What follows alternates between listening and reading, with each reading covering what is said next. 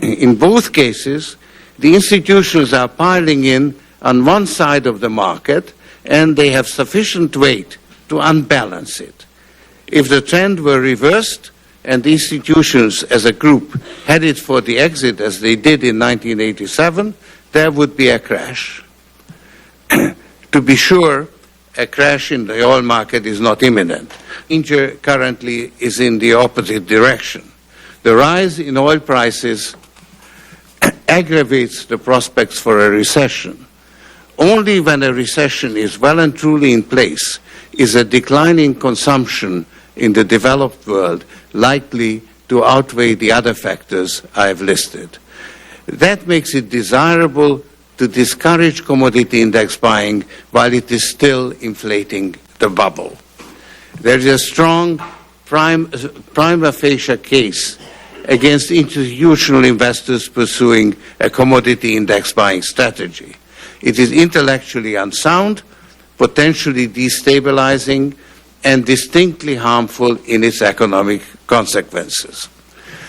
When it comes to taking any regulatory measures, however, the case is less clear-cut. Regulations may have unintended adverse consequences. For instance, they may push investors further into unregulated markets, which are less transparent and offer less protection. But it may be possible to persuade institutional investors that they are violating the prudent man's rule by acting as a herd, just as they did in 1987. If not, in commodities, as distinct from investing in commodity-producing enterprises, should be disqualified as an asset class for ERISA institutions.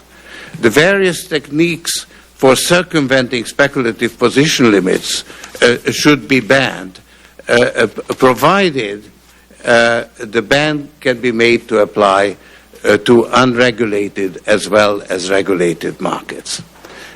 Now, raising margin requirements would have no effect on commodity index buying strategy of financial institutions because they use cash. Nevertheless, it would be justified in current circumstances because it would discourage speculation, and speculation can distort prices. Varying margin requirements and minimum reserve requirements are tools that ought to be used more actively to prevent asset bubbles from inflating. This is one of the main lessons to be learned from the recent financial crisis. Finally, dealing with the bubble should not divert our attention from the interrelated problems of global warming, energy security, and so-called peak oil. Although they are beyond the scope of these hearings, these are pressing issues that require urgent attention. I hope my remarks are helpful to your deliberations. Thank you. Thank you, Mr. Soros. Now we turn to Professor Greenberger, University of Maryland Law School, former Director of Trading and Markets at the CFTC, and has worked with the President's Working Group on Financial Markets. Mr. Greenberger, welcome. Thank you. I've submitted a lengthy statement attempting to anticipate in detail many of the issues that have arisen over these concerns. Today, let me just say this. Senator Klobuchar said, we passed the Enron loophole. I hope it's enforced. The Enron loophole, because it was written by the Intercontinental Exchange, handed to the CFTC, and then handed to Congress, does not deal with crude oil. By its language, it appears to deal with crude oil, but the CFTC has announced it will not use that to bring unregulated crude oil markets under United States regulatory control. Why is that? Senator Cantwell talked about the London-Dubai loophole. The CFTC takes the position that West Texas Intermediate contracts sold in the United States by U.S.-owned or U.S.-affiliated exchanges because they have some tangential relationship to either London or Dubai should be regulated, in the case of Dubai, by the Dubai Financial Services Authority. The CFTC on May 20th, 2007, reached a decision that it would not regulate Dubai's entrance into the United States markets because Dubai has comparable futures regulation to the United States. What that suggests is when your constituents come to you and ask you, is speculation under control? If you want to leave the status quo as it is, you must tell them, I believe so, because I have every confidence that Dubai will protect those Minnesota citizens who can't go to their summer homes. The CFTC has abdicated its responsibility to the Financial Services Authority in the United Kingdom and to the Dubai Financial Services Authority for 30% West Texas intermediate U.S. delivered contracts sold in the United States of America. That is an outrage. And no one ever bothered to tell Congress when it was working on the Enron loophole, which, by the way, in my testimony, I show even if it did apply, it is the biggest joke in the world because it was written by the exchange that needs to be regulated. It puts 1,000 burdens on the CFTC and the public to prove that there needs to be regulation.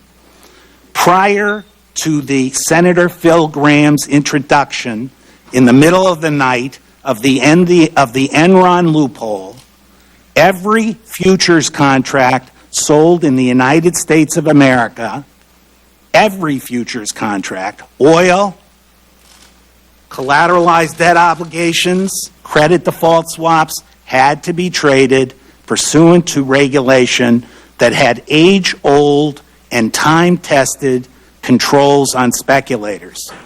In one fell swoop, 262 pages of deregulation was added to an 11,000-page omnibus fiscal appropriation bill as Congress was leaving for its recess in December 2000, and that did not call for better regulation, it called for no regulation.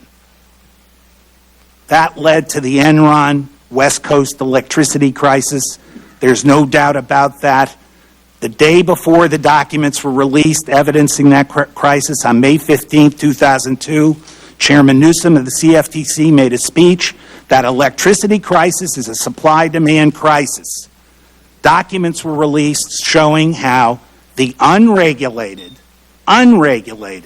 speculative Enron online trading engine drove prices up 300% in the West Coast. Senator Cantwell's testified about the Bonneville Power Administration. In the middle of that bubble, they locked in long-term contracts, thinking the price would go up forever. When the bubble burst, they had contracts that were long-term contracts, commitments to pay 300% of the then market price of natural gas. The Enron loophole is a joke. Turning this regulation over to Dubai and the English is a joke. The English regulators oversaw the collapse of the Northern Rock Bank in London. That bank first got $100 billion in loans from the British government and was then nationalized. The FSA, to whom we are delegating regulation of crude oil, has said of its own regulation of Northern Rock, we dropped the ball. 2 weeks ago, the European Union opened an investigation over the failure of the Financial Services Authority in London to properly regulate that bank. The only individual in the world who will now say, as he has recently said in a letter to the Financial Times, that the FSA is a model regulator, is the acting chair of the CFTC, Mr. Walter Lucan. Even the other commissioners, Bart Chilton, went to London and said the FSA is not regulating. But you bear the burden, unless you change things, of saying to your constituents, hey, I can't regulate this. We've got an exchange in Atlanta, the Intercontinental Exchange, with U.S. trading engines, trading United States West Texas Intermediate, and don't worry, the United Kingdom is on the case.